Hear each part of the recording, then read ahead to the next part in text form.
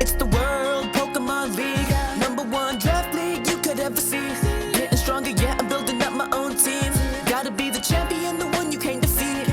It's the World Pokémon League, #1 draft league you could ever see. Getting stronger, yeah, I'm building up my own team. Gotta be the champion, the one you gotta beat. What's up, gamers? Welcome back to the Power Spot, episode 3, Try Attack. It's week 3, and there's been a lot of threes happening in the league. So far, this has been the most game threes we've had all season. Any other threes that I'm missing, Riley? Yeah, to really get that trifecta, we also have 3 free agent trades that happened this week. We have Dripto Dragapult getting Slowking, dropping Riolu. We have LA Linoons getting Tyrantrum for Pissimian. And then we have our very own Space City. That's me. Getting Slurpuff for Audino. That's my girl. That's my dog. That's my muffin. That's your homegirl. That's my muffin time. That's your muffin time from last season. But you talked up Audino so much. I'm surprised that we didn't even see it once. I did really talk up Audino. Honestly, I was looking at the moves that Audino got, and it has access to a lot of really good support moves. But I think what I was lacking was a more offensive fairy presence and other support options as well. So I think Slurpuff does really well in that aspect. So hoping for the Puppuccino dog to be putting in some work on my team. And who knows, we might see it sometime in the future. Who knows? And then, we have the Where in the World is Vitor. Oh, yeah. Where is Vitor? How's he doing in the MGU? Yeah. So this week he went against the British Pokémon League. Yeah, shout out to TVPL. I know Aaron Marshall is not an easy opponent for Vitor to go against. Yeah. Really is this terrifying opponent to go against. You're a little more familiar with him. Oh, yeah. So you know how much... He's kicked me across the yard a couple of times in the British Pokémon League. Mm-hmm. Yeah, he's a really good player. But Vitor was able to hold his own and snarl brought his way to to another victory. game 3. Oh, sorry. We can cut my part out. So he was able to bring it back and bring it to a game 3. So, it was a really interesting set. I think the best way you can describe it is Snarl. Oh, yeah. With a hint of weather. It was just Snarl spam all the way. Both Thievul on Aaron's side and Umbreon on the other, both just sitting there. I would say adamantly, but I'm really pretty certain that it's not their nature. but they sat there just snarling away, which made sense considering that most of the offense on the other side of the field was special. So really snarling away could do no harm. But we saw some really interesting plays. And in the end, our guy won. So congratulations to Vitor. The Vitor train is still chugging along strong, and we hope that you make us proud in the future. Yeah. I think something that was really interesting tech to see from Vitor was Weather Ball and the Gastrodon. Being able to take advantage of the constantly changing weather. He made sure that it's like, oh, you want to, you think your Whimsicott is safe against my Gastrodon? Well, let me just Weather Ball in the sun against you. Or you set up Rain to take care of my Pokemon? Well, Weather Ball is stronger than Scald. It really showed his knowledge of the game, and you know what? Good work, Vitor. Yeah, he deserved that win completely. Mm-hmm. Still a very good showing on both sides of the field. Oh yeah, for sure. Aaron was not out at any moment. And speaking of battles, so speaking of battles, let's hop into the WPL. Starting off our week, we had Sapphire Elements versus the Temp Absol. It was a pretty interesting set. We didn't see any S or A tiers on either side. They made an agreement amongst themselves to Among Us. Us. Do not bring either of them, either of their S or A tiers. admirable. close friends. Yeah, for sure. Yeah. We did that last season, kind of, where we brought everything from D and up, I think. Or was it? Yeah, we had to. Yeah. I think we also did B and below. Oh yeah, where we were only allowed Dynamax, one B. Yeah, we couldn't Dynamax our B tier or something like that. Mm-hmm. Yeah, but you don't have to worry about that here because we don't have Dynamax this season. Yeah. Yeah, and I think it was a really interesting set.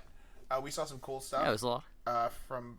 It was a lot of fun. Yeah. We saw some shenanigans with Articuno.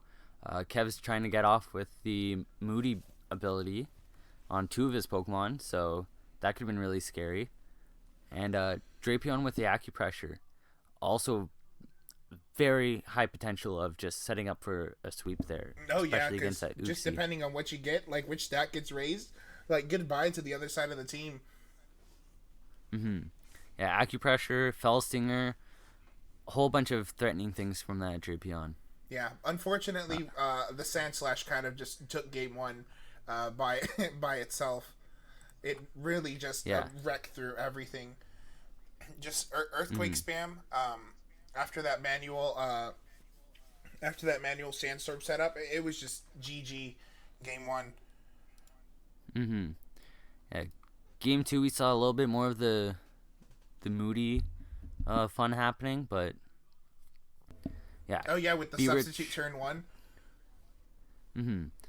B-Rich, Temp Absol was able to still take it home, although it was a lot closer of a game. We saw it go to a 2-0 rather than the first game, where it was a 4-0, and there wasn't even a 4th Pokemon revealed on the Tampa Bay Absol side. Yeah, so who knows what he brought. Mm-hmm. And then going into the next match, we have Tampa Bay Absol game 2. It was revealed. It's Rotom. Yes, I meant for game 1. Sorry. Oh, game 1, right? Okay. Yeah, because I mean, just yeah, like the Sand Slash was all he needed game 1. Yeah, Sand Slash was all he needed game 1, and then game 2, he was able to deal with that Sand Slash a lot more. Adapted on the Sapphire Salamance's side, so it was really interesting to see. Yeah, it's always a fun set whenever those two play. Mm-hmm. Yeah, and I think one of the most interesting sets is the Feisty Phalanx versus Dripto Dragapult. Definitely had a lot of firsts. Oh yeah, for the WPL in it. Oh my God, yes, no, that match was that was crazy. Especially what I really liked in that game 1 was the self para on the Dracovish to in order to go first in Trick Room. That was so crazy, and it ended up working. It ended up being able to take out the Hitmonchan in one hit, game 1. Although that was a big risk there. Oh yeah, because I mean, he did get parried as well, one of the turns. But yeah, self paralyzing. It's viable, I think, but it could backfire on you as well. So it's all up to the RNG gods to decide to grant you just pure luck. But it's a really interesting mechanic, and we did see Primarina just go off on Jenny's side of the field. That thing's a monster. I think it's sitting in first for overall kills in the league right now, right? Mm-hmm. Yes, it is. It's very dominant on her team, so I'll have to see how she continues throughout the season with that. Something else that was also pretty interesting is in that game 2, I'm pretty sure that's the first 0-0 that we've ever seen in the WPL history. 0-0? No, there's definitely been 0-0s in our history before, but I think the way we count it, it's the last Pokemon to faint is the winner. It's the victory is determined at the death of the other opponent's last Pokemon. So still technically a 1-0, but it was really interesting the way that worked because Self-Destruct took out the Torkoal, in game 2 before it took out the Dracovish. Yeah. Have to love Trick Room in that regard when it made your Torkoal faint first, technically. Yeah, because it needs to self-destruct in order to in order to kill the other thing. Mm-hmm. Yeah. So and apparently Gen A didn't know. Sorry, Feisty Phalanx didn't realize that's how it worked because game 2 ended in Dripped Out Dragapult's victory, and they didn't go to a game 3 for how long was it? It was a couple of hours, wasn't it? Yeah, I think it wasn't until the next morning, because it was getting late for Gen A, Feisty Phalanx, sorry. And I think just before Dripto Dragapults had to go to school the next day, they had their match quickly then. Oh yeah, so great. Sorry. Great sports on both of their ends. Being able to rearrange for another quick game. Any comments on that? Game 3 was really interesting. Yeah, game 3 was really interesting. I think just straight from turn 1, seeing Rapidash brought out on Gen A side of the field. Rapidash is something you really see a lot in Pokemon, even though it's a really cool design and an even better shiny. The Pokemon isn't one that you see typically get used other than maybe random battles. And we saw it put in some work with Flame Body going off in turn 1 after the Dracovish brings it down to the Sash. Mm-hmm. Overall, for me, game 3, or at least we can go back and look at it. Game 3 was really won by Hitmonchan. Being able to take out that Decidueye and get the final KO on Thundurus in Trick Room. Hitmonchan being one of the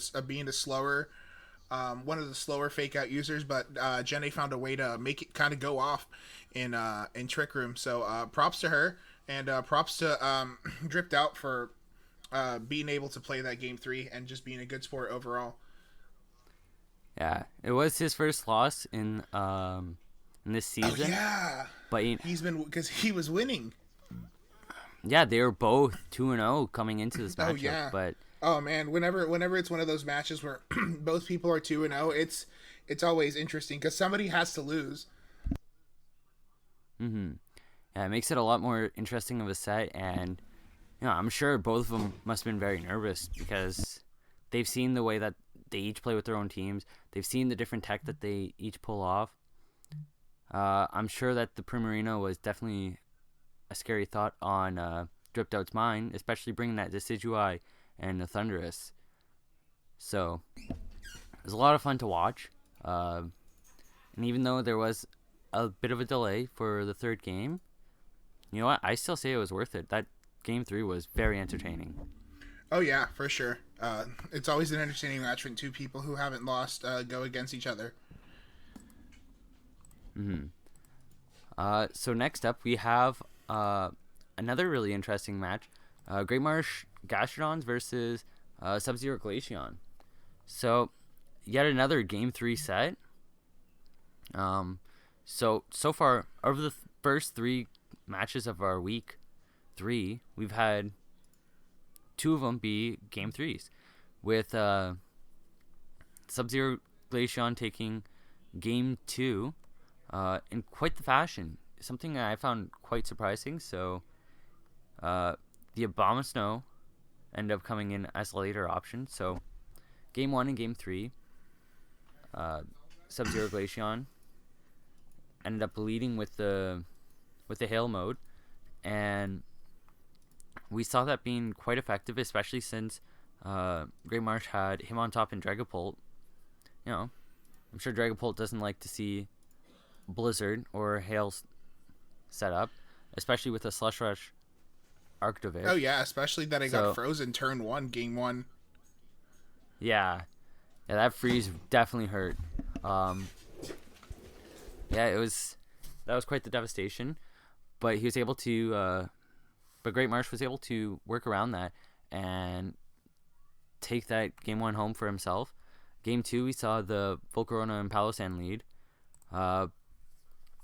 I'm sure the game didn't go ideally for either player, but Sub-Zero was able to clutch out that end game. Although something that I found quite surprising is we didn't see the Abomasnow go for a grass type attack. Like Giga Drain it or went for Energy Ball. Yeah, it would. I was really expecting an Energy Ball on that thing, but I guess it didn't have it. We saw Blizzard, Earth Power, and Protect, if I'm not mistaken. Blizzard, Earth Power, Protect, and Ice Shard. Oh, that's the move. Yeah, and something I thought was interesting too is I don't remember which game it was, but I think it was game 2. Natsu tried to Earth Power the Rotom, and the Rotom protected. Mm-hmm. But I thought that was a bit interesting because I didn't see a gravity. Just remember, the Rotoms float, guys. They have Levitate on them as an ability. So unless they are smacked down on the ground, a ground type attack will not hurt them. Or if you have Mold Breaker. Yeah, Mold Breaker, Neutralizing Gas, Gravity, as mentioned earlier. Anything that can neutralize that ability. So even if you can get a Worry Seed against them, those are all different ways that you can get the Rotom hit by a ground type attack. But something I'm curious about is, if I'm not mistaken, in that same turn, the Scizor was on the field. So I'm curious to see if it was a double up into that Scizor rather than just going for a Blizzard. True. That's probably what it was. Mm-hmm. But, thankfully he was able to hit the Blind Blizzard at the end of game 2. So I'm sure he must have felt great after that. Yeah. It's always awesome when you get a blind, when you hit a blind attack. Mm-hmm. Yeah. And game 3, we saw the same 4 as Great Marsh brought in his first couple of sets. Or his first couple of games, sorry. Oh, yeah, we didn't see the Porygon or the Colossal. No. Game 3, we only saw 3 of the 4 Pokemon, if I'm not mistaken. True, but I think it's safe to assume. I think... Yeah. I feel like it's pretty safe to assume that Dragapult still came in the back. Able to put such an immense amount of pressure on the Palossand and the Raichu alone. I feel like it made it worth it. Yeah. Yeah, and we saw great dominance from Great Marsh, just being able to just dominate Natsu pretty late in the game, kind of just bullying the Arctivish for a couple of turns, but sacrificing his Rotom Wash, but nonetheless winning the game overall in the 3-0. So congrats to both players for being able to take this to a game 3. Natsu learning every match and learning from his mistakes. So watch out for anybody who learns from their mistakes and grows as a player, basically. Yeah, speaking of oh god, it's our match. Some interesting matches. Oh god, we have ours. I forgot. So I wasn't here, we have I ours wasn't here match last week. Yeah. So one thing I can say is that the Charger Bug did come. The Vengabus did come. The Vengabus did come. We made an agreement on the side to say that the Vengabus comes, and I held true. The Vengabus did show up. Didn't get to do anything because of some rock slide flinches. We'll get to that when we get there, because let's talk about game 1 first. Yes, game 1 was quite dominant for Space City against me. Yeah, we that Aerodactyl and Mienshao really didn't make really things showed. Easy. It's yeah, that Dragon Dance was terrifying. Oh my god, yeah, because I sat there turn 1 and I was like, who do I fake out? I have to fake out something, and I thought about it, and I was just like, you know what, if Urshifu gets like a hit off, I really don't care. As long as that Mantine just doesn't do what it needs to do, and oh my god, and then you protected, and I was just like, oh, this Dragon Dance just went off, because I wasn't running protect on this Aerodactyl. I just thought, I was like, why not Dragon Dance? Let's spice things up a little bit. Yeah, and even with that Dragon Dance, it was able to outspeed a lot of my Pokemon, even if I got the Tailwind up. So that made things a lot more fun for me. That thing is so fast. It doesn't hit very hard, but it's so fast. Yeah. For myself, I know that the Milotic was definitely something that was terrifying in the back. So as soon as it was just Landorus, I was like, all right, well, at least let me get the C-Trend, then you protect it. Just to add insult to injury. Because yeah, just to make sure you got that 2-0, huh? Yeah, just to make sure that I got an optimal finishing, I guess. Yeah. Yeah, speaking of like optimal plays, no, this isn't a segue to a thing. It's just segueing to the next match, because the optimal play was double Rock Slide flinches. Yeah, just double Rock Slide, you know. I was like, yes, I predicted the Fake Out the first turn, and then Rock Slide, double flinching, making sure that the Charge Bug wasn't able to do anything. It was beautiful, just rock sliding till the cows come home, and just Yeah. being how I think Aerodactyl outspeeded your whole team. So no matter what was happening, it was getting a rock slide off, and it was getting a chance to flinch. Mm-hmm. Yeah, that Aerodactyl was definitely an issue. I was hoping to slow it down, but you know, you didn't get quite the chance to do that. Although game 2 was definitely a lot closer. Oh yeah, as I was sorry. I was able to get a little bit of damage off. You know, Urshifu. A little bit of damage. You mean Okoing that Heatran and just the Fat Panda just kicking it back into the volcano where it came from. Oh my god, it literally got obliterated. I had Protect on it, but I was like, it's useless. It's pointless to click Protect against it, Urshifu. And how lucky was I that Misty Terrain went away, and I got my Marvel Scale burn off like at the end of that turn. Like that Marvel Scale, letting it survive that Wicked Blow with 16% health from that with 16% health left from that Wicked Blow is just insane. Yeah, I was really afraid of the competitive. So I was like, he knows I'm going to be running speed control. He knows I'm going to be trying to run all this other stat controlling moves and whatnot. Yeah, Hoodod and everything. Yeah, and I was like, but I was still hoping for that competitive. As soon as I saw the Flame Orb, I was like, no. I just click Whip. And as I do on ladder, I click Wicked Blow and I prayed. Just prayed to the RNG gods, and they didn't. They ignored your calls. They said you haven't sacrificed anybody in a while, and they're getting hungry. Yeah, but you know, it was still a really fun set. I think definitely that Aerodactyl came in clutch, showing why you definitely drafted it. Oh yeah. You know, showed its way throughout its first 3 weeks. As a real prominent member of the team. Yeah, any of my opponents who are listening to this, don't bother prepping for Aerodactyl. Don't. On to the next match. We have Shadow Kings versus Witchy Sableyes. And fuck. Yeah, versus Witchy Sableyes. See, what do I say about this match? I've watched this match like 3 times already. I still don't know what the fuck to say. Who do you want me to take it then? Yeah, go for it. Yeah. Okay. So next up we have Dogsy, the Shadow Kings, versus Witchy Sableye.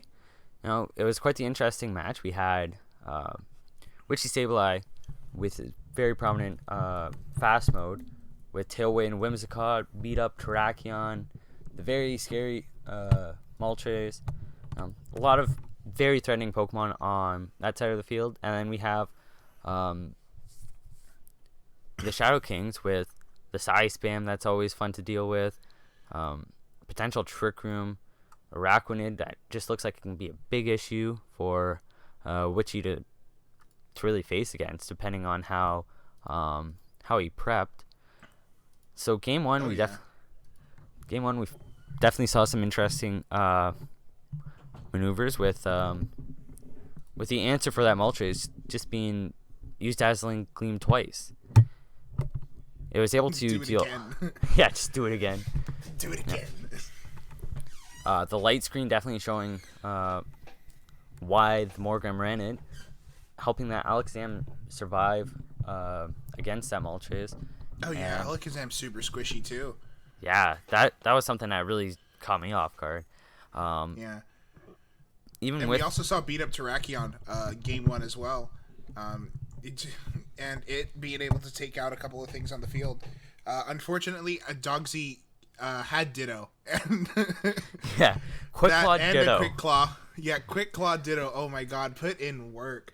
Because he was just like, okay, you set up Terrakion with beat up Justified. I'm just gonna switch in my Ditto, copy you, outspeed you, and kill you.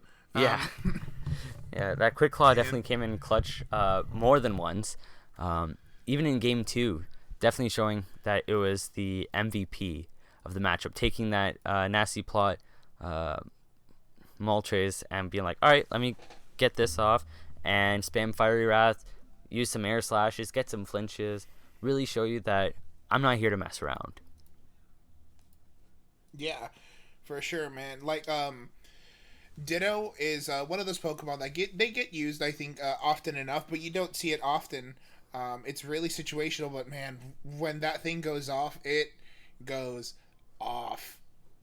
And it's so crazy. I love props to Dogsy to being able to pull that thing off and finding the weak for that Ditto to really, really shine and put in work.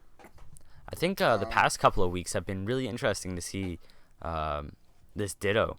Because last week we had the Zoroark Imposter interaction. This week we just saw it showing why it should be drafted with that Quick Claw. Oftentimes you'll see it with Choice Scarf, especially on any sort of ladder. But, even if it's just a 30% chance, Scald to burn is the 30% chance, and how often does that happen? Scald is like 80% chance. Oh yeah, it definitely feels like it. But yeah, that's the way RNG goes. That's the way it is. Sometimes you win some, sometimes you don't. Yeah. So I'm really looking forward to see how Witchy Sableye bounces back. I think bounces back. Bounce back. Oh. Bounce back. Oh. Yo, we got Vitor and Jay on this. Yo, Vitor, Jay, and Jay, we got you. No worries. Yeah, you guys don't have to say it anymore. Yeah, I think it's going to be really interesting to see how he closes out his season. We're only in the first 3 weeks in, so I don't think any team has any remote chance of being out yet. No. Everybody still has a chance to get into the playoffs. I think playoff minimum is 5 wins. So anybody who's 0-3, just don't lose. Yeah. No, it's scary, but we've definitely seen it before. I mean, yeah, it's happened. It's possible. I mean, I was going to say in you. Prime example is Cascade Illusions. I'm pretty sure in season 2, he was 0-3 and then ended up making it to the finals of the playoffs. And really showed Vitor one for his money. Oh yeah, for sure. So speaking of Cascade, he's in the league. Yeah, he is in the league. Yeah, and he plays. Oh wow. Yeah, he has a team and he goes against an opponent every week. It's crazy. Wild. I know, it's almost insane. But this week his opponent was Dublin Delmise. So this is a really cool game. It went to game 3 as well. So it's one of the other game 3s that we have. And game 1, we saw that Sylveon at the end not being able to pick up the KO on the Scrafty, I think really is what costed Dublin the win there, because if it was able to do 1% more, then the Iron Head wouldn't went off. Yeah, it held on with 1%. So I'm not 100% sure if that was a roll, because before Probably was. Yeah, it's about 78% Hyper Voice from Sylveon. Even if it was Gen 6 Pixelate, that thing would have been gone. Yeah, and throughout the whole match, we also saw that Ninetales just go off and show everyone that it's not just a suboptimal weather option. It could really output some damage, especially with that with Sun Up and just Heat Wave just hitting everything like a truck. And mostly everything just, if not going down to it, then getting a good amount of damage off to it. So, game 1 really, really close, coming down to the roll. And then game 2, I think that Dublin definitely had to feel good about his position there. We saw the 4-0 with the Regieleki and Clawitzer, just really going off with Electro Web, Thunderbolt, and then Clawitzer with just using its pulses. Oh my god, yeah, that game was a slaughter. It was literally over in 3 turns. Yeah. Not even really, I think it really goes to show. Really goes to show that Regieleki is, even though it's not on ladder, you still have to worry about it. Yeah, I think what it's really indicative of is if you lead the wrong thing, you lose. That just happens. Sometimes the game is decided on the lead, and that was one of them. That Clawitzer and Regieleki just not being something that Cascade could break. Game 2. Yeah, there was a little bit of RNG at the beginning, but at the end of the day, it is Pokemon. It is something that we do put up with playing this game. It will make us cry, potentially. I don't know. It'll make us piss our pants. It'll yeah. Make us piss, make us whine, complain, but at the end of the day, it is what it is. Yeah, c'est la vie. C'est la vie. Even though it's French. Yeah. Game 3, sorry. I really like the adaptation of bringing that Raichu, because Regieleki, as great of a Pokemon as it is, it doesn't have much coverage. Yeah, it pretty much just gets electrical. Although, if you bring it on the physical side, it gets bounce. Fun fact, it's the fastest max Airstream user in the game. Oh, that sounds like it'd be annoying. It's terrifying. I think it was, I forget someone, but it was a VGC player is popularizing physical Aleki on the ladder right now. Mm-hmm. Yeah. So, hey, maybe Dublin, if that's something you want to do in the future, physical Aleki is just as good, I think. It has the same attack as it does special attack, so who knows? Yeah, you also get extreme speed, too. Maybe not bring it this upcoming week, because I'm prepping more for a special Aleki. Thank you. Yeah. No, I think Aleki's just going to be a threat no matter what. Mm-hmm. But yeah, even that game 3, the Choice Scarf really came in clutch there on the Ninetales. Just being able to outspeed the Regieleki and make sure that it got as much damage as it can off. And Lightning Rod on Raichu, walling the Regieleki, being able to get the Clawitzer out of the way. Even though Raichu was at 9%, that's all he needed. That's it. That's all. That's it for the Power Spot, guys. Thank you guys so much for coming. Yeah, we don't have any other matches. Definitely don't have any other matches. Yeah, for sure. No, nothing happened. Yeah, nothing happened. We definitely didn't see, in typical Shadow fashion, him going to a game 3. Oh yeah, that didn't happen. That didn't happen. That didn't happen. But yes, we did see Shadow go to game 3. Distortion versus the Distortion Zone versus Los Angeles Linoons. Mm-hmm. We saw a lot of Trick Room, and I really wanted to know if that Serena had some sort of accuracy boost, because it didn't miss anything, it felt like, throughout It that had set. to be wide lens. It had to be. Yeah.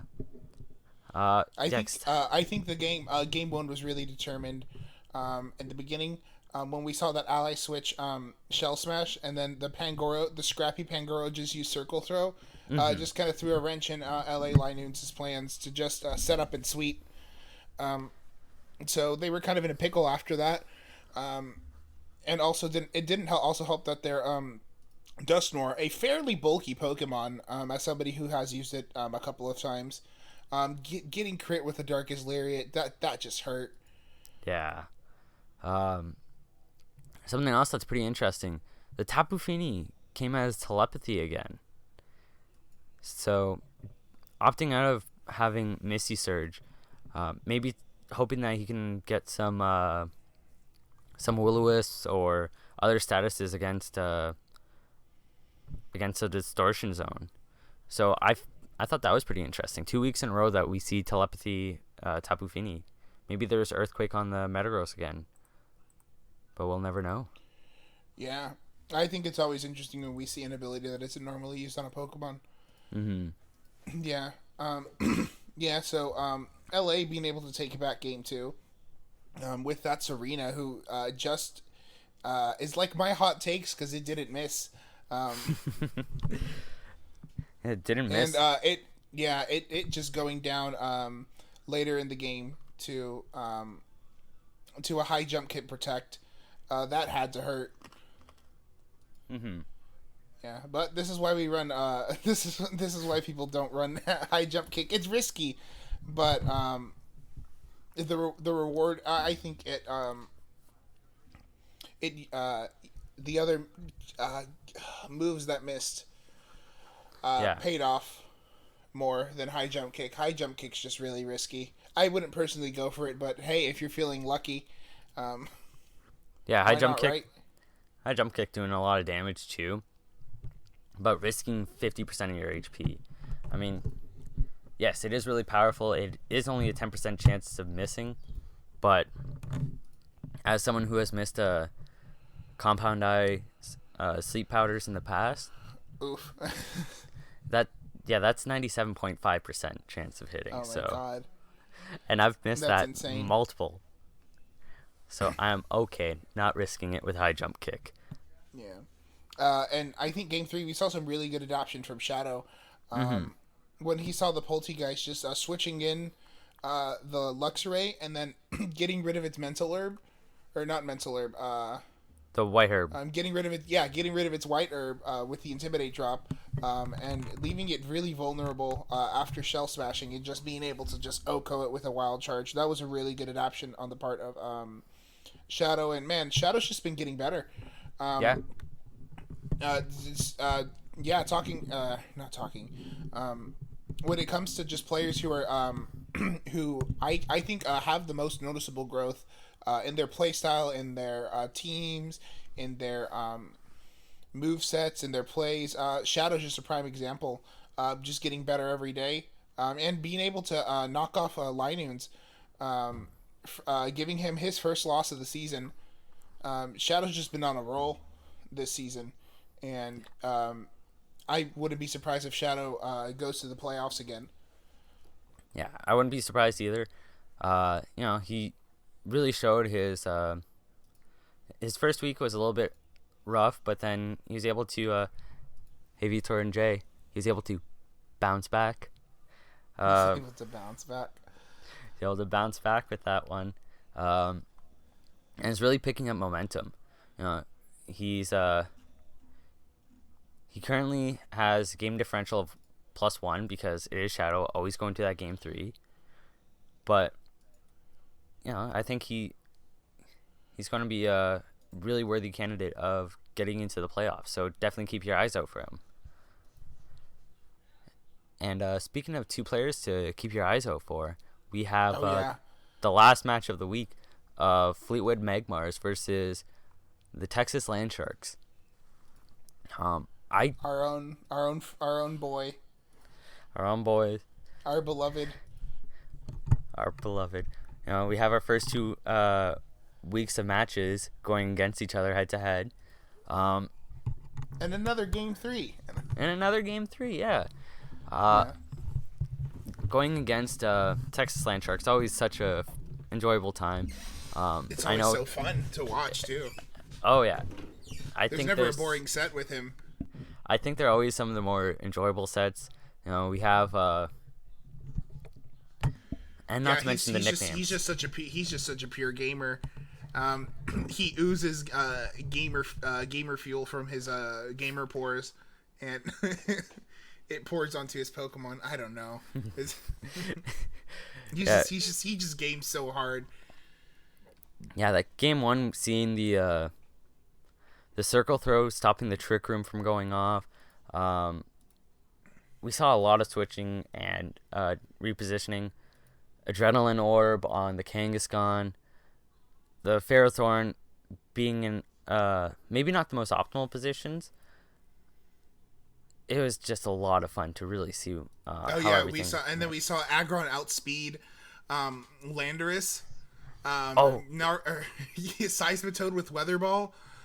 It was just balls off the wall, crazy. Yeah, Tapu Lele was Sunny Day as well. Like, you name it. Oh yeah, because that's how the Weather Ball went off. Because everyone was like Sunny Day in the chat, and then Seismitoad, it's like, oh, that's Weather Ball. That has to be Weather Ball. And oh my god, that was just so crazy. And game 1 going to Texas Land Sharks, I think being some of the best Pokemon that he's played. Yeah, for sure. Yeah. And also one of the first game 3s that we've seen from Fleetwood Magmars as well. Previously he's only gone to a game 2. Yeah. No, we saw week 1 he struggled a bit with your ally switch shenanigans. And that's just because I'm just that good of a player. It's when your consciousness has achieved a certain level of ascension, you realize that ally switch is spamming ally switch is just the optimal play. It's like 4-dimension level Pokemon. I don't think Bars would understand. Yeah, we saw a whole lot of ally switching this week 1 that caught him off guard, not having an answer for the Spirit Team. Week 2, really showing that he deserves his title by clapping me with his title. His title of competitive gamer. His title of competitor. Yeah, his gamer title. Not a title within the league. No. He still has to earn that. And he won't get it. Yeah. It's one of our turns. Yeah, exactly. Yeah, we asked for everything to be rigged in our favor, so then that's why we're doing the podcast. One of us is winning, obviously. Yeah, exactly. It's rigged. But game 2. Yeah, game 2. I think we saw a lot of switching from Bart's side of the field, just trying to adjust to Sauce's playstyle. Kind of caught him off guard game 1, but he was able to adjust game 2 and bring it back, kind of neutralize the stuff that gave his team more trouble in the beginning, such as that Kangaskhan just going down, and being able to get rid of that Aggron before the Landorus coming onto the field was really good adjustment on Fleetwood Magmar side of the field. And also just seeing that the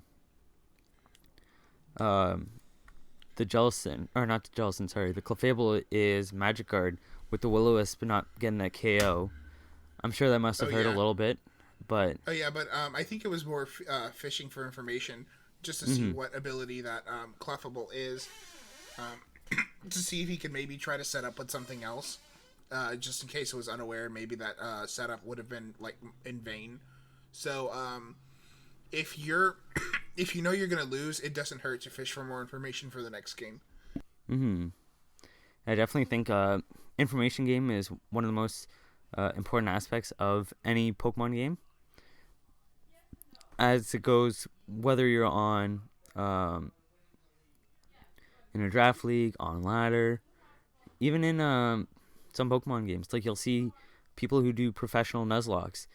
They're always looking for more information, trying to get as much as they can, especially in things like randomizers where you can't just look up the exactly what the opponent is going to go for.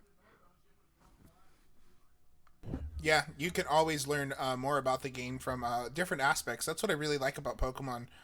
You can pick up certain things from other games, certain other formats, stuff like that. You know, it's just the Pokemon community really loves to influence each other, and I think that's one of the great things about it. Mm-hmm. Yeah. What? Oh, Game 3. We saw a good interesting adjustment from Texas Landsharks, bringing out the Tapu Lele in Game 3, and also having it paired with the Hydreigon, but it proving not to be enough, with Game 3 just ending in a 4-0 with Bars. So GG's to both of them. Yeah. I wouldn't feel bad about anybody losing against Bars. We've seen he's just an incredible player when it comes to adapting to what his opponents have on their side of the field, and just knowing how to pivot, how to play, and just proving that that's why he's a pro. Yeah. So where does that leave everyone? Looking at the standings for post week 3, we have we'll go from bottom up. So in 16th place we have Witchy Sableye. Starting from the bottom, we have, and again, just because these teams are at week 3 and they're in this lower half, that doesn't mean that's where they'll stay. No, don't count anybody out. As said, we have seen the 16th place team make it all the way to the finals and playoffs with Cascade Illusions in Season 2. So don't count any of these people out. There's still plenty of ways that they can adjust, and I think that there's still plenty of good players down here. So in 16th place we have the Witchy Sableye, currently 0-3. Texas Landsharks currently 0-3. Sapphire Salmons in 14th, currently 0-3, and Dublin Delmise currently 0-3 in 13th. And as we have said in the past, Dublin Delmise is a player that has always made the playoffs. So it won't surprise me if he just goes like Super Saiyan, if you will, over the next couple of weeks and just dominates everyone. He has that Regieleki, he has that Kartana, he has the Crocodile. Those are all Pokemon that you have to really be weary of, especially because you have an idea of what they'll do, but they're so good at what they do that you have to make sure you put in that extra bit of prep, especially when it's backed by such a good player, as is with Sapphire Salamence with the Water Urshifu, as is Texas Landshark with the bunch of different strats where you see the Circle Throw, the Roars, Weather Ball, Seismitoad. He understands the game. Witchy Sableye, very scary team. Whimsicott is not something to take lightly. We have Shadow Kings in 12th, currently 1-2. 11th, we have Sub-Zero Glaceon at 1-2. Myself, Kyogre Canucks at 1-2. Then in 9th, we have the Distortion Zone at 2-1, who, as we said, is currently on a comeback. Oh yeah, and especially these standings could drastically change depending on next week. But for now, we have Cascade Illusions, who is a previous champion. And then the top 8 right now, we have in 8th place Cascade Illusions, sitting in 2-1. It probably won't last that way for long, knowing Cascade. Like you said, they went 5-3 the season that they lost the first 3 weeks. So they're in an even better position right now. So who knows how high they'll go. And in 7th, we have our resident one of our Florida teams, Tampa Bay Absol, sitting in 7th place with 2-1, And in 6th place, probably the lowest that they'll dip, is Fleetwood Magmar, our beloved Bars, sitting at 2 wins and 1 loss. In 5th place, we have Los Angeles Linoons, sitting in 2 and 1 as well. 4th place, we have the Sussmeister, Dripped Out Dragapults, Justin, also sitting at 2 and 1. And then we have our illegitimate champion, Great Marsh Gastrodons, sitting at 3 and 0 right now. And in 2nd place, we have Feisty Phalanx, also sitting at 3 and 0, and sitting at number 1. Who else? But me. It's me. It's always gonna be me. I'm gonna win, and there's nothing anybody can do to stop me. I'm supposed to win. Yeah, I'm supposed to win. It's been destined. I messed it up last time, but I'm coming for everybody. Everybody promised they would throw anyways, and Jay promised that it would be rigged in my favor. So, yeah, he gave me a really easy schedule too. Yeah, it's everybody's just jealous of my schedule. It's just too easy. I close my eyes and I click buttons, and that's how I win. GG easy all around, yeah, eh? It's just too easy. Oh my god, yawn. Somebody give me a challenge.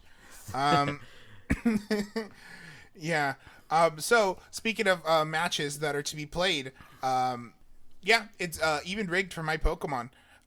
So, sitting in number 10 right now at in the Pokemon rankings is Heatran, with 4 kills and 1 death.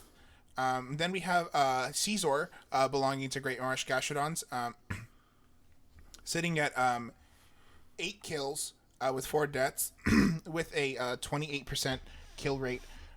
Next, at number 8, we have Articuno, sitting with 4 kills, 0 deaths, 50% kill rate. Moving on, so we actually are now tracking the top 10 Pokemon with the best performances for the week. So next up, we also have the Pokemon standings. So sitting at number 10, we have Heatran, 4 kills, 1 death, belonging to myself, Space City PC. At number 9, we have Caesar, with 8 kills and 4 deaths, belonging to Great Marsh Gastrodons. At number 8, we have Articuno, belonging to the Tampa Bay Absol, with 4 kills and 0 deaths. And another Articuno, back-to-back Articuno, we have number 7, Articuno Galar, belonging to Cascade Illusions, also sitting at 4-0. So we just have 2 Articunos in the top 10 right now. That's pretty crazy. Yeah. And often called the Articuno of Galar, we have number 6, Corviknight, belonging to the Feisty Phalanx, sitting at 5-1, 5 kills and 1 death. So, yeah, we have some really interesting Pokemon so far. I think it's quite interesting to also say that it's not just S tiers. Like at number 5, we have a B tier being above Cascade's S tier, Articuno Galar, in Ninetales. Being brought 5 games, having a total of 7 kills, 2 deaths, having quite the KD. And then hopping right back into the S tier with Space City's own Rillaboom, with 2 games being brought, having 5 KOs and 0 deaths. But Monkey. But outshining the Monkey is Fleetwood Magmars. And you know what? I feel like I should get a special thanks for this one, because it's his Scyther. Only being brought 2 games. Yeah, it was all me. All me. I got his Scyther into the top 10, so I want to see a cut of that. Oh yeah, it should be you up there, not Scyther. Only being brought the 2 games and getting 6 KOs and 0 deaths. So now we get into some of the more heavy hitters, you might say, with the 2nd place being Dripped Out Dragapult, being brought 7 games, getting 11 KOs, having 3 deaths total, which is quite astonishing, considering that was basically double the amount of KOs that the Fleetwood Magmars Scyther had. And then first overall, we did say this earlier, we have Primarina, with it being brought 6 games from Feisty Failings, 16 KOs, 2 deaths overall. Truly an impressive feat for it only being week 3. Very curious to see how these stats will change over due time. I'm sure we'll start to see it settle a little bit more within the next 3 weeks, but for now, I think this is really interesting. We're definitely going to get a chance next week to see those Pokemon try to improve their rankings and also see if other Pokemon try to break into the top 10. Because who knows? It's still pretty early in the season, and things could shift up a lot. So jumping into the matchups for next week, we have the Shadow Kings versus the Distortion Zone. Shadow versus Shadow. Yeah, we have a double Shadow matchup. Yeah, we're going to get... it's double Shadow. And so other than going to a Game 3, we know that both of them have some sort of Shadow in their name. So, yeah, I think it'll be a very interesting matchup because Cresselia against Psychic Trains is going to be very interesting. The Araquanid is going to be very prominent in this matchup, I believe. I don't know, there's so many different aspects because with the Araquanid, then you also have to worry about the Tapu Koko. Then you have to worry about... There's so many different little features. Then you have to worry about the Pangoro, then you have to worry about the Ditto, then you have to worry about the Alakazam, then you have to worry about the Indeedee. It's going to be a back and forth, and I think, we always say that we can't wait to see these matches, but this one's going to be awesome. Dogsy being a new player into the WPL, and Shadow being somewhat of a seasoned veteran. It's just going to be really cool to see the terrain wars kind of go off as well. Oh, definitely. I think it'll be a lot of fun to see. You know, you have the psychic terrain versus the electric terrain. You have rising voltage from the Luxray versus expanding force from the Alakazam. So we'll have to see how all that unfolds. And folding into the next one, we have the Feisty Failings against Sapphire Salamence. You know, as I said earlier, we have one of the most formidable opponents of this season, the Feisty Failings. Definitely nothing to scoff at, but we do have an Urshifu. She's been winning left and right. Yeah. And especially with Kev says Urshifu and Umbreon. Yes, Urshifu, Umbreon for that sun mode, taking advantage of that moonlight. But there's also that Tornadus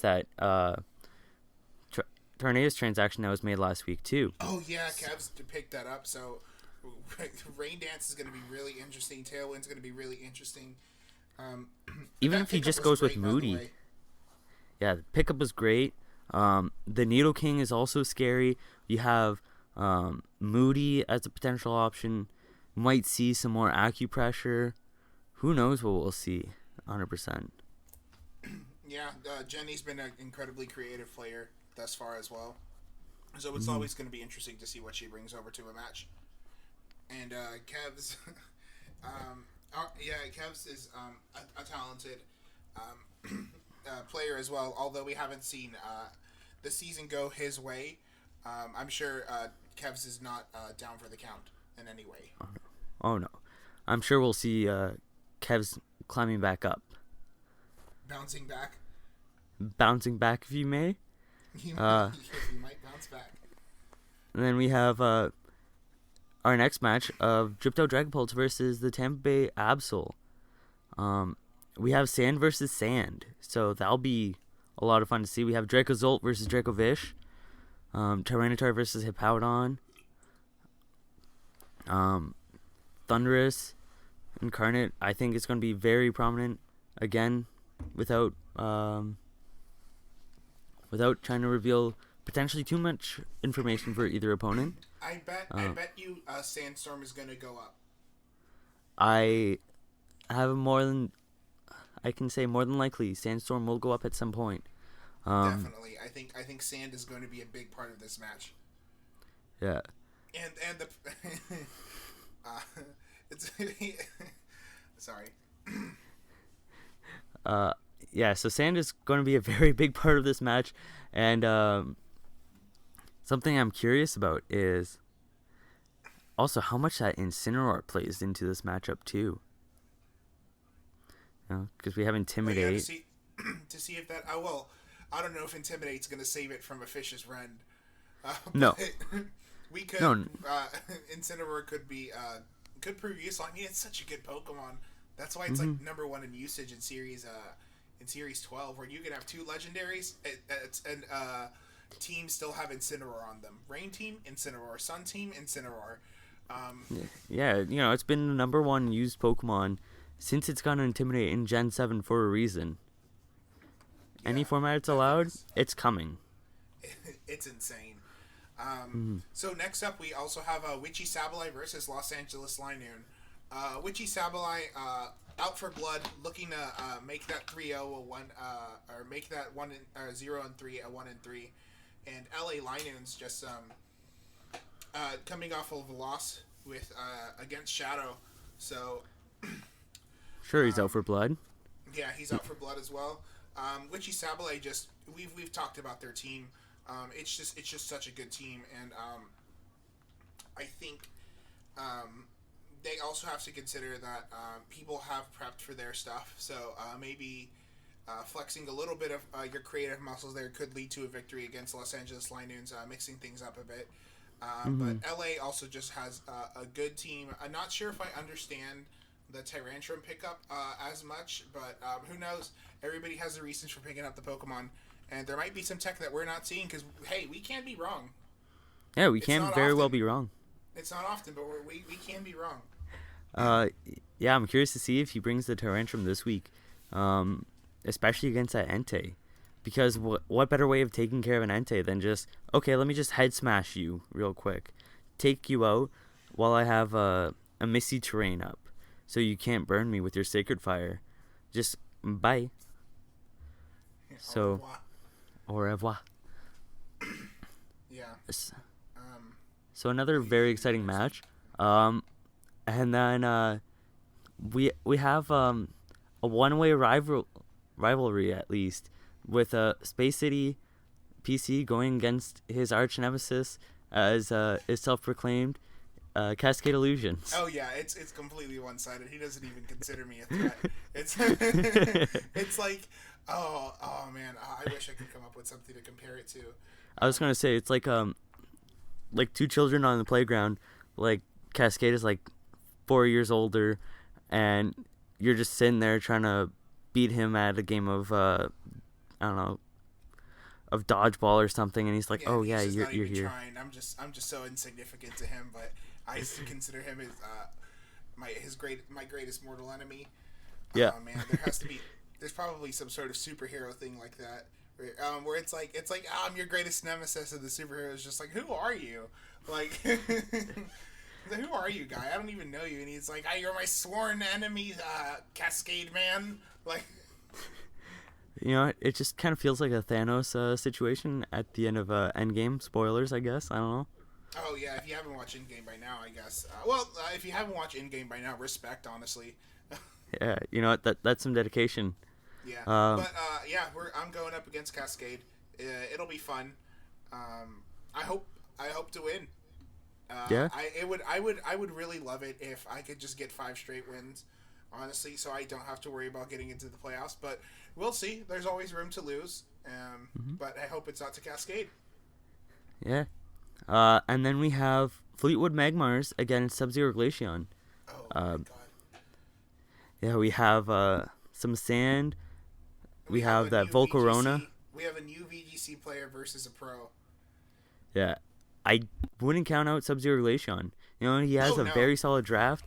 Aside from that Landorus, I think the Volcarona can really have its showing in this matchup. So you could even see something like the Arctovish and Abomasnow, because with that Abomasnow, I'm sure that Fleetwood Magmars wouldn't want to go for Trick Room. You know, you just have something like Blizzard Energy Ball. Makes it a lot more sticky of a situation. Yeah, Natsu has a really good team. Yeah, even that Gigalith too. And we're seeing them get used to it too. So having 2 weathers and bars having to prep for both of them is definitely something to consider. But as we've seen, Fleetwood Magmars is really good at adapting to their opponents when they get an advantage. So I think that's going to be uh, really fun to watch, just like all of them. But I also think it's going to be a really good learning experience for Natsu as well. Yeah. Just being able to dip their toes in with a player as high of a caliber as Bars. It's also a lot of fun to see, just as an additional side note, just seeing all of the newer players really meshing with our community, I guess you can say, within the WPL server. That's a lot of fun to see. I've gotten to talk to quite a few of them a lot more over the past couple of weeks, and you know what? It's a lot of fun. I can at least say myself, I've been really enjoying it. A lot of different perspectives, making sure to bug the Netherlands people by saying that Netherlands isn't real. Netherlands people. yeah, it's okay. There's no shorter phrase for them. It's just Netherlands people. That's how they like being referred to as, actually. Yeah. They're like, yeah, we're Netherlands people, ja. Like that's. Yeah, definitely not Dutch. Dutch, Yeah. yuck. No, they're Netherlands people. That's exactly what they like to be called. Yeah, they're all Netherlands people. And then going on to a different group of people, we have Oh my God. myself. Okay, Shadow. We have myself against Dublin Delmise. And as I said earlier, as I was mentioning, that Kartana, the Regieleki, the Crocodile, all things I have to worry about. I'm not going to worry about an Urshifu. Yeah. Listen, the Urshifu isn't the thing he has to worry about. There's a Charger Bug right there. True, he has to prep hard for that Charger Bug, otherwise the Venga Bus just goes off. The Venga Bus is just gonna he's just gonna go off its it's gonna spin out of control and just start running over pedestrians. The Venga Bus is coming. The Venga Bus is coming, and it's splattering you all over its windshield. Listen, there's a reason why the shiny is red. Exactly, because it's covered in blood. It's out here for blood. Yeah. Speaking of out for blood, we have our last matchup with Texas Landsharks versus Great Marsh Gastrodons. Great Marsh being 3-0, and Texas Landsharks being 0-3. So to salvage their season, Texas definitely has to pull out a win here, and Great Marsh looking to keep that clean slate clean. Yeah, what do you think about this matchup? I think it'll be a lot. I want to try to say something other than it'll be a lot of fun. Right. But I know that we're going to get one of the most entertaining sets because it's Texas Landsharks. We're going to see some Jaboka Berry type shenanigans. Who knows? We might see like stockpile spit up for all I know. He does have a Pelipper.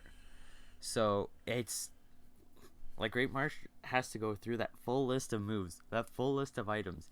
And be like, do I know what all of this Pokemon can do? Do I know what a Jaboka berry is or some other obscure berry? Can I make sure that I am ready for this?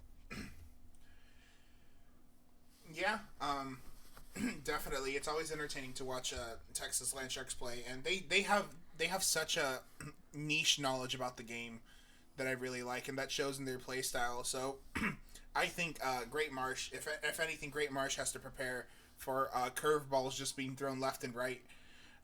But this is also going to be a Texas that is needs a win, win, or their season is over. So this is going to be they're all going to be interesting, but I think definitely whenever it's going to be the 0-3 teams, those matches are going to be really awesome to watch, just because you have to see people like basically fighting for their lives, but it's Pokemon and it's not real. Yeah, and we have seen 4-4 teams make it in the past, but it is nice to have that 5-3 record just to really get a little bit of breathing room. So congratulations to the teams that have gotten their first 3 wins. even if some of them were due to RNG. Cough, cough. Wheeze, wheeze. Space. No, Please. that was a pure skill. And even worst case scenario, if you feel like you're gonna lose the match, as we said earlier with Texas Land Sharks, fish for that information. Make sure that you understand, like, the more information you can hide from your opponent and get from them is so crucial. Like, we saw that with the Magic Guard on Clefable with the Will-O-Wisp interaction. So I think it'll be really good to see how people take that and adapt in the upcoming weeks. Yeah, definitely. Any advantage is a good advantage that you can get in Pokemon. Yeah. So I think it's safe to say that's all That's for everything. now. Oh, no, it's not. It's not everything because we have the Name Raider. Oh yes, how could we forget the Name Raider? Oh yeah, we almost forgot. Yeah, we faked you out. We faked you out, guys. So for this week we said for our 5 favorite nicknames, we have Thunderous on Dripto Dragapult's team being Zeusus, because I don't know, that's just beautiful. Beautiful. Fantastic. We always have to incorporate the memes from within the server. So Among Us, Sus, Vitor. We have Rotom Wash, elegantly named Stepbro. I feel like you can't really give that any other Beautiful. award. Classic. It's a classy name. What can I say? We have Garfield on Landorus Therian from Fleetwood Magmars. The beautiful Yeah. orange cat that it is. I love that nickname. All of their nicknames actually were there was just Garfield, and then everything else was just a variation of Garfield according to the Pokemon. So anything Garfield, I'm a sucker for. So if you guys want to get on here, just name something Garfield. It has to be a cat. It has to be a cat. Has to be a cat. And then we have Chandelure named Hades. Yeah, On, from Cascade. Now we have to. You know what? And I'm then gonna say my personal favorite nickname of the week, Thief. Thief the Aggron from Texas Land Sharks. And the people were pretty confused at the beginning, and then turn 2 in the chat, you just see, because it's a steel type. So that got a laugh out of everyone. So those were top 5 nicknames. So for honorable mentions, we have Mr. President the Obama Snow. Mr. President, get down! Get down! There's an ember coming. Mr. President, no! So yeah, we also have the Vengabus, because you already know the Vengabus. The Vengabus, the Charger Bug, the boy. Yeah, the Vengabus is coming. We've only mentioned it every week. If I nickname it anything else, please make sure to check up on me. I may be ill. And then, last but not least, we have a Dinosaur. A Saur spelled like, soaring a kite, if you will. Yeah, like flying. Yeah. The Aerodactyl. A beautiful wordplay. Love it. Mwah. 10 out of 10. Well, not 10 out of 10, but Not 10 out of 10 because it didn't get there. It's like 6 out of 10 at best. Yeah. Yeah. But okay, so now I think that's it. So yeah, keep those nicknames coming. Love seeing them. I find it just makes the matches a little more entertaining, especially when you see people really flexing that creative muscle. Remember, gamers, at the end of the day, these Pokemon are your friends, and why wouldn't you want to nickname your friends? Yeah. Yeah, their bonds with you is stronger when you nickname them, and they'll get crits more often too. We get crits. We'll dodge more. All that fun stuff. Yeah. So thank you guys so much for sticking with us through another episode of the Power Spot. I'm your host, Space City VGC, And I'm Kyogre Canucks. and let's play some Pokemon. Peace, gaming. Catch you guys later. Peace. It's the World Pokémon League.